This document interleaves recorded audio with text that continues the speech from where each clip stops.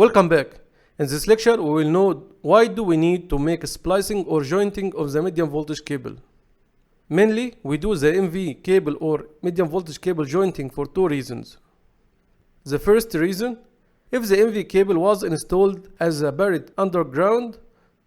so if there is an incident happened that led to cut the MV cable during the excavation works on site, so we need to repair this cable, and this will be done by making an MV cable joint.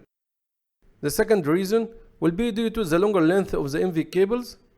As you knew from the previous lecture about the construction of the MV cable, if we have a multi-core MV cable that consists of 3 copper cores and each core is 300 mm squared, this cable description will be as follows: 3 by 300 mm squared, copper, backslash, XLPE, backslash, steel wire armored, backslash, PVC, and if the length of the cable between two ring main units